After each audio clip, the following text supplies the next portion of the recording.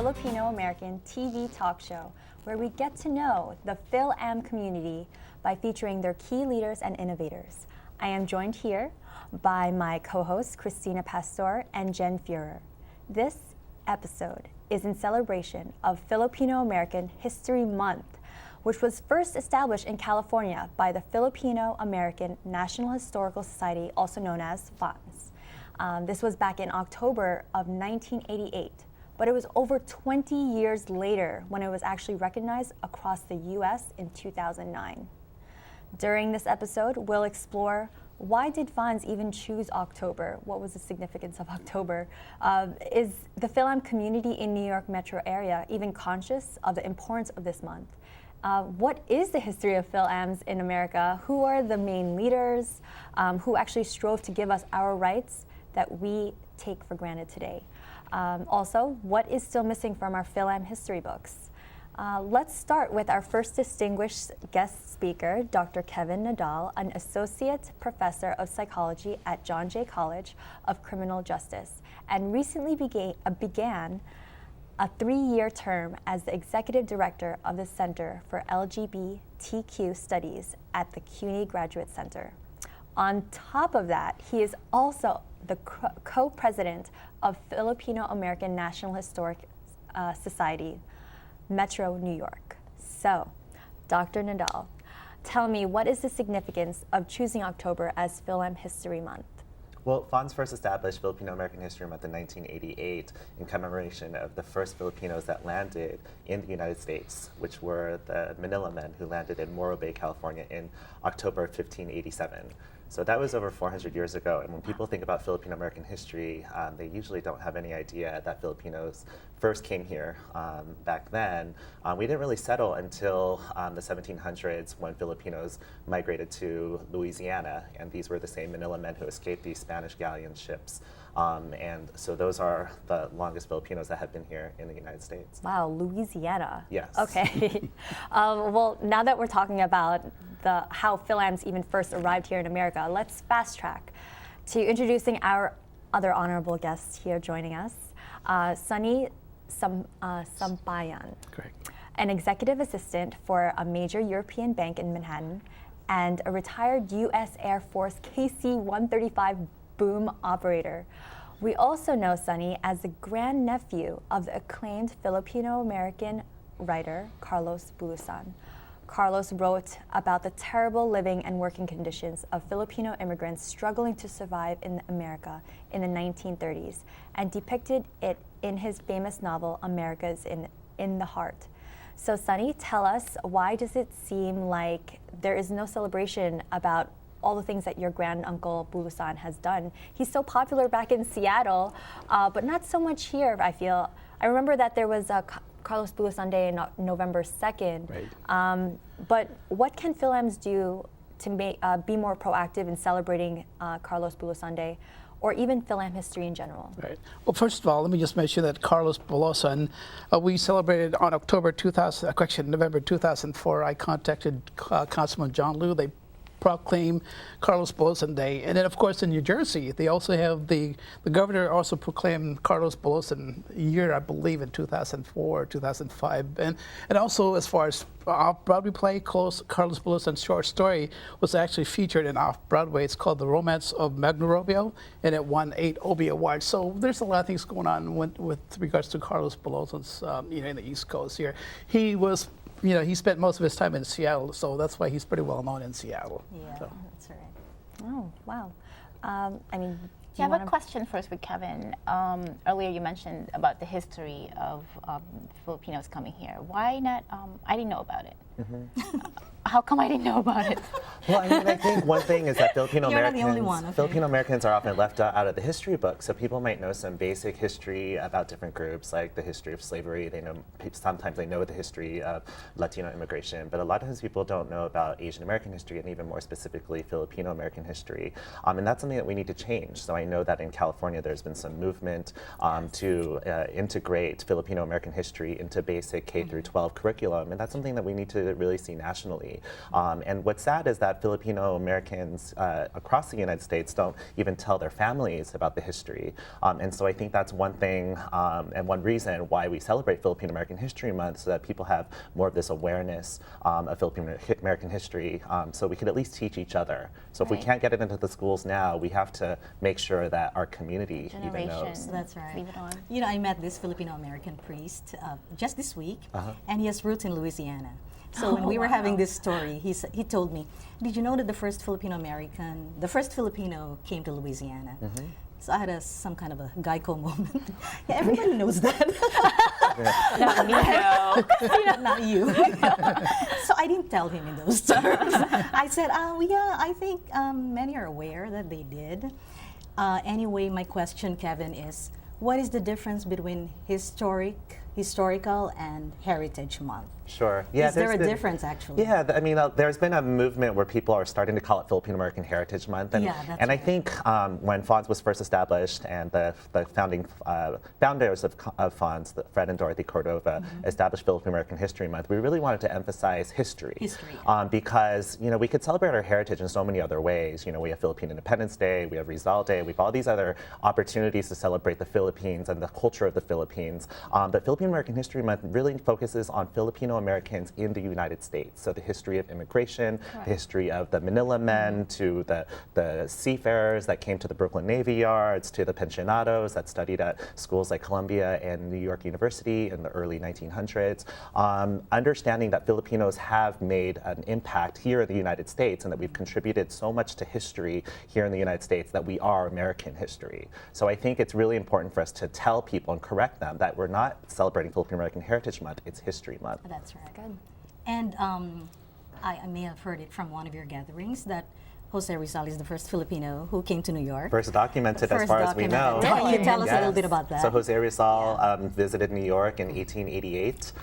He traveled across the United States from California all the way to New York, and then he sailed on to Europe right after that. The interesting thing is that it's rumored that during this time, during that travel, is when he was writing El Philly, El Philly. Yes. But so perhaps he was writing that here, even in New York City. Wow. Is there a book I could get my kids, or even for me to learn these things? I mean, there's so much information on the internet. I just want to make sure, like, where do I start? Sure. Yeah, I mean, one thing that I would recommend is that there's a great series of books through Arcadia Publishing called the Filipinos in America series. And so they have different stories of Filipino Americans across the United States. The Filipinos in New York book, New York City book, is coming out in 2015. I actually co-authored that book with the Filipino-American National Historical Society Metro New York chapter. And so look forward to that. And it tells the vast history of Filipino Americans in New York. I think a lot of times people think that Filipinos have only been here since 1965. That's right. When in fact, 1888 was when when Jose Rizal came, and even Filipinos immigrated through Ellis Island in the early 1900s. That one we didn't know about. Yeah. Are you going to cover that in your book? Yes. So it has the history of all the Filipinos that came over. That's right. What is one fun fact that you'd like to share from that book that you didn't know before? Well, I have a fun fact, which is this Ellis Island piece that a lot of folks came in through Ellis Island, including future presidents of the Philippines. So Manuel Quezon and Sergio Osmeña both immigrated and studied in New York and traveled through Ellis Island. A not so fun fact is that Filipinos were actually put on display in the Coney Island amusement park in 1911. So similar to the World's Fair in St. Louis in 1904, there were Filipinos that were dressed in Igorot native wear, and tourists took pictures of them, and supposedly they were depicting what savage life was like. And so that happened in our very own Coney Island, Brooklyn. There's things that we really take for granted of our rights that we have as Filipinos, which actually Carlos Bulosan, your grand uncle, actually covered in his book, America's in the Heart. So UniPro actually chose America is in the Heart as their first book in our series. And there was something, I think somebody made a comment saying that Carlos Bulosan talking about all the struggles of being in the fields, but he didn't spend one day in the fields. So can you let me know what's the real deal? Is that even accurate? Yeah. I thought he was a farm worker. No, that statement is totally untrue because Carlos Bulosan spent time in the San Joaquin Valley, mainly in Delano. He also went to Santa Maria, San Luis Obispo area. He also went to Yakima in Washington. Of course, he was well known because of a lot of his work were basically done when he was up in Seattle. But he was definitely in California. He followed the crops just like I did when I was growing up too. That's so right. yeah, that's totally untrue. Yeah. What's significant about Carlos Bulosan is he chronicled the time in the 1930s when America was under a period of Great Depression. And he talked about his own experience during the time, how the Filipinos were being marginalized and attacked, and how we struggled in a difficult economy. And that was also the time when we had all these signs in California, no dogs and Filipinos allowed. That was in the 1930s, right? Like you would never even think You that. guys want to talk about that? Because that is really a sad episode in our history. Or you can't Filipino marry an history. American or a white Yeah, woman. As a matter of that's fact, Carlos had a relationship with Josephine Patrick, and of course, Josephine Patrick being a Quaker, being white, and when they were seen together, they would basically put Josephine in jail. Yes, Her? yes. They would put Josephine in jail because he was with Carlos. So and that was just the way it was back in those days. Yeah. But fortunately, they lived from 1952 all the way till when he passed away in 1956 in Seattle. But you know, that was just part of America growing up at that time. that's So yeah, we've come a long way. But since they never then. got married, right? No, unfortunately, they never did. But you know, she's when I met with Josephine back in 1989 or so, she talked a lot about Carlos Bulosan. And one thing that I did find out was, from the day they met till the day he passed away, they actually wrote a love letter towards each other. Oh, that's wonderful. I mean, that would have been. We'll be lucky if we get texts from our significant other. on a daily basis, and it was On a daily it was basis. when Carlos, I guess, when he was in the hospital, Josephine received the letters for about 3 days, and that was when Josephine found out that something was wrong with Carlos. And who's in possession of these letters now? Well, it was Josephine told me she was in possession of those letters, and then at some point she donated them to the University of Washington. So I'm hoping those love letters are still. I would love to read what it says. That's such an interesting story. I mean, are you the only relative here of Mr. Bolos? No, actually, Carlos' brother Aurelio. He has an oldest daughter, Aria, in California. I met with her several years ago, and I believe she's still out in California. But we had a chance to talk about, you know, our family upbringing, how Bolzon came to the U.S., etc. So, but yeah, she's probably the closest in terms of the Bolzon tree would probably be Aria. So are you taking on yourself to make sure that the legendary grand uncle, the history lives on? Well, you know, I don't really take it upon myself to do that.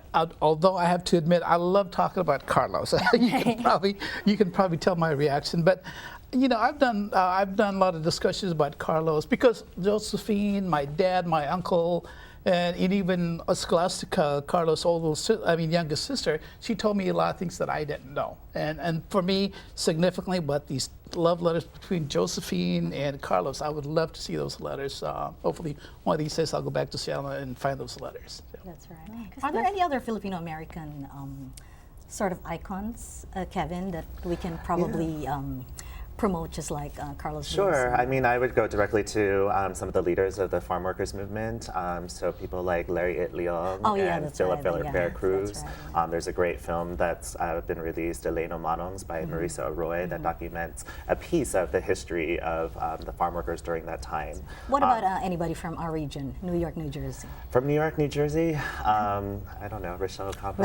We gotta step up our game, guys. The East Yeah, Coast. you know, sadly, there really haven't been, especially like during the civil rights era, there weren't any notable Filipino-Americans that stood out during that time. And part of that could be that, you know, this is where most of the Filipinos during that time were fresh immigrants, And they went to California post-1965 first, right? immigrants who wanted to make it big in the U.S., probably didn't want to stand out in that way as civil rights leaders. But I think that's what this new generation, what we're charged to do, is to advocate for our needs, to speak the voice of Filipino-Americans. And so, What about Bulosan? Was he consciously trying to be a civil rights leader? What do you think? What's your interpretation of My Sonny? interpretation is that Carlos was a labor movement leader.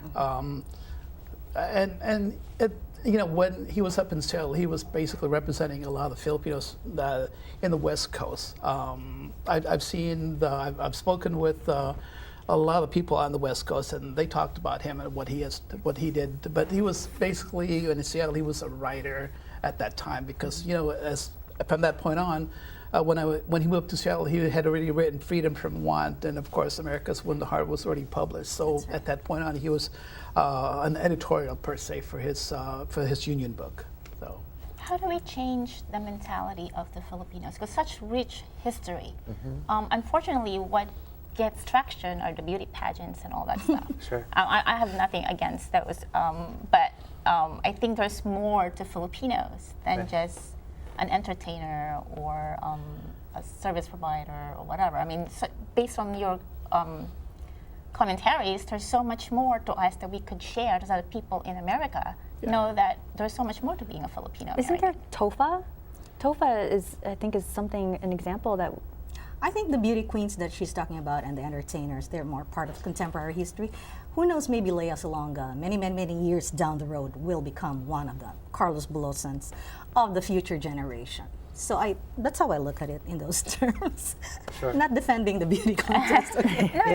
So maybe colleges, universities, or schools, they should start talking about the other, like Filipino-American history. Sure. I mean, I think one huge problem in our community is this colonial mentality where Filipinos and Filipino-Americans, we tend to view the colonizers as being good and ideal. So whether it's the Spanish colonizers or the American colonizers. And so we might not necessarily understand how important it is for us to teach Filipino and Filipino-American history to our children. Maybe we're focusing on things like entertainment because those are very colonial. Those are very American standards of beauty and American standards of what is good and popular. And maybe we need to go back to our roots and look at some of the indigenous. So things like understanding the Babaylan movement and understanding some of the more indigenous people of the Philippines. I think that's what we need to do instead of focusing so much on what it means to be American, but paying tribute to our ancestors instead. I think, Kevin, you mentioned something about some of our Filipino heroes are being integrated into American history books. So I guess that benefits only the California kids, right? What about the kids who are in our region? They do not know that part of history that we are part of? Sure. I mean, I think people just aren't, they're not searching for it as much as they could. I mean, at NYU, for example, Professor Francia teaches Filipino-American history, but he says he struggles to get people to go into to take his class.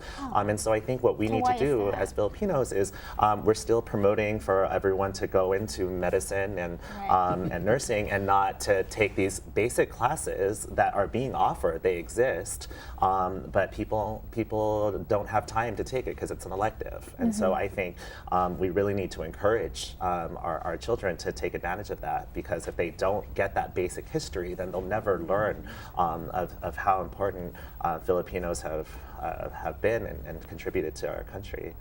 I should give an incentive to my 13-year-old. Yeah, I remember going into like my social studies classes, going straight into the index, looking for the word Filipino or Philippines, and the only thing that comes up is Filipino-American War, and that's the one, like 2 sentences that says Philippines. So if there was someone that wants to be more proactive in trying to get more Filipino history into our textbooks, I say we should go for it. I think your kids can start with the FANHS website. Yeah. Because there's a lot of resource in that website. Definitely. That's what we end up doing. So it actually looks like we're at that time again, where we have to actually close up this stirring conversation about Fil-Am history and share some of the Fil-Am talent from our own community. So thank you again, Dr. Nadal and Sonny. So now we're off to our guest talent for this episode, Mr. Kilusan Bautista. He's a creator and actor of the one-man show, UniversalSelf.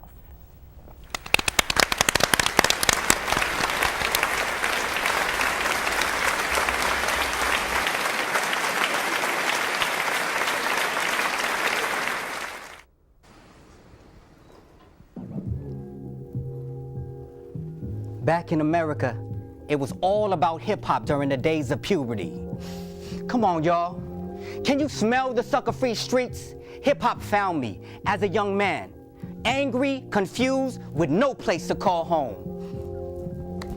In the early 1990s, the West Coast was thriving in hip-hop culture. It's like I stepped into a big-ass party. I wanted to be just like my kuya, Z boy, and his dance crew, the Runhead Tribe. Every day after school at my Lola's basement, they would practice their freshest dance moves. My homeboy Charles from Haiti was like, yo, Kilusan, if you want to get girls, you better be a B-boy. Yeah, I want to get girls. All right. So one night, I decided to sneak out to go to an underground basement party. Come on, y'all. I wanted to see Filipino DJs like the legendary DJ Q-Bert, Shortcut, Mixmaster Mike, Apollo, D Styles, the world famous Invisible Scratch Pickles. On this particular night, the DJ was bumping my favorite hip-hop classics all the way from the East Coast, Brooklyn, New York, the blast master himself, none other than KRS-One. That's the sound of the police. That's the sound of the beast. That's the sound of the police. That's the sound of the beast. Tribe Called Quest, leaders of the new school, De La Soul, Brand Nubian. What? Lords of the Underground, yeah! Now when the DJ mixes the East Coast rhythms with the West Coast hardcore beats, that makes the party funky, like Dale the Funky Homo Sapien, Hieroglyphics crew, straight from Oakland, California.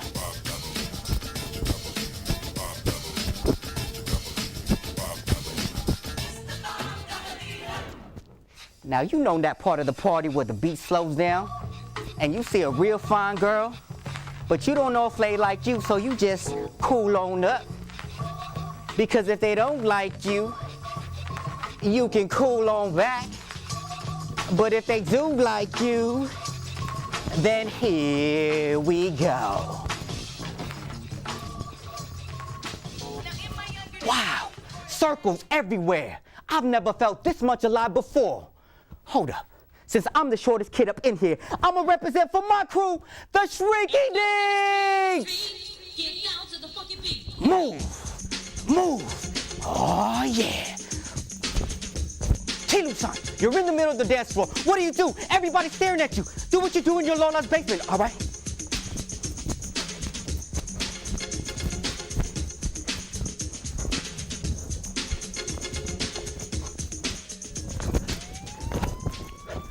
Oh shit!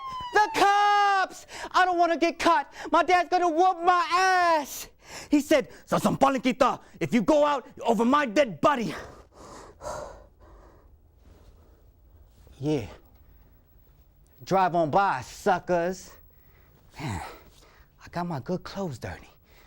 It's time to go back home, y'all.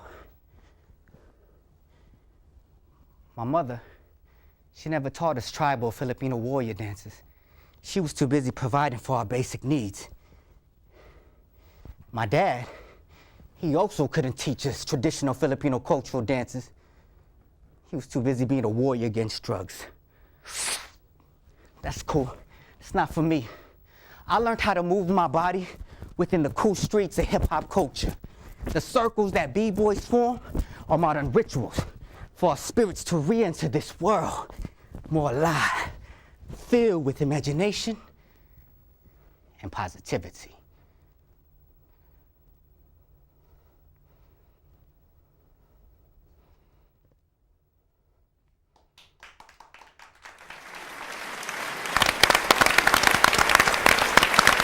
Kilusan, for that very moving piece from UniversalSelf. I want to know what motivates you in sharing this piece with us, and where can we find out more information about UniversalSelf? Yeah, well, thank you, Rachelle, for having me here. What motivates me is sharing the story of urban youth in America. And you can find out more information about UniversalSelf at KilusanBautista.com. Great. And Dr. Nadal and Sonny, any last parting thoughts on Phil-Am History Month? Sure. Just celebrate Filipino-American History Month, know your history, and teach your children about Filipino-American History Month. Great. There's a lot of untold stories about the Delano strike, so we need to learn more and tell the stories more to our kids so we can learn about what actually took place in Delano. Love it. Thank you again for joining us at Makilala, and you could find out more information at makilala.com and also on Facebook, Makilala TV. Thank you, everyone.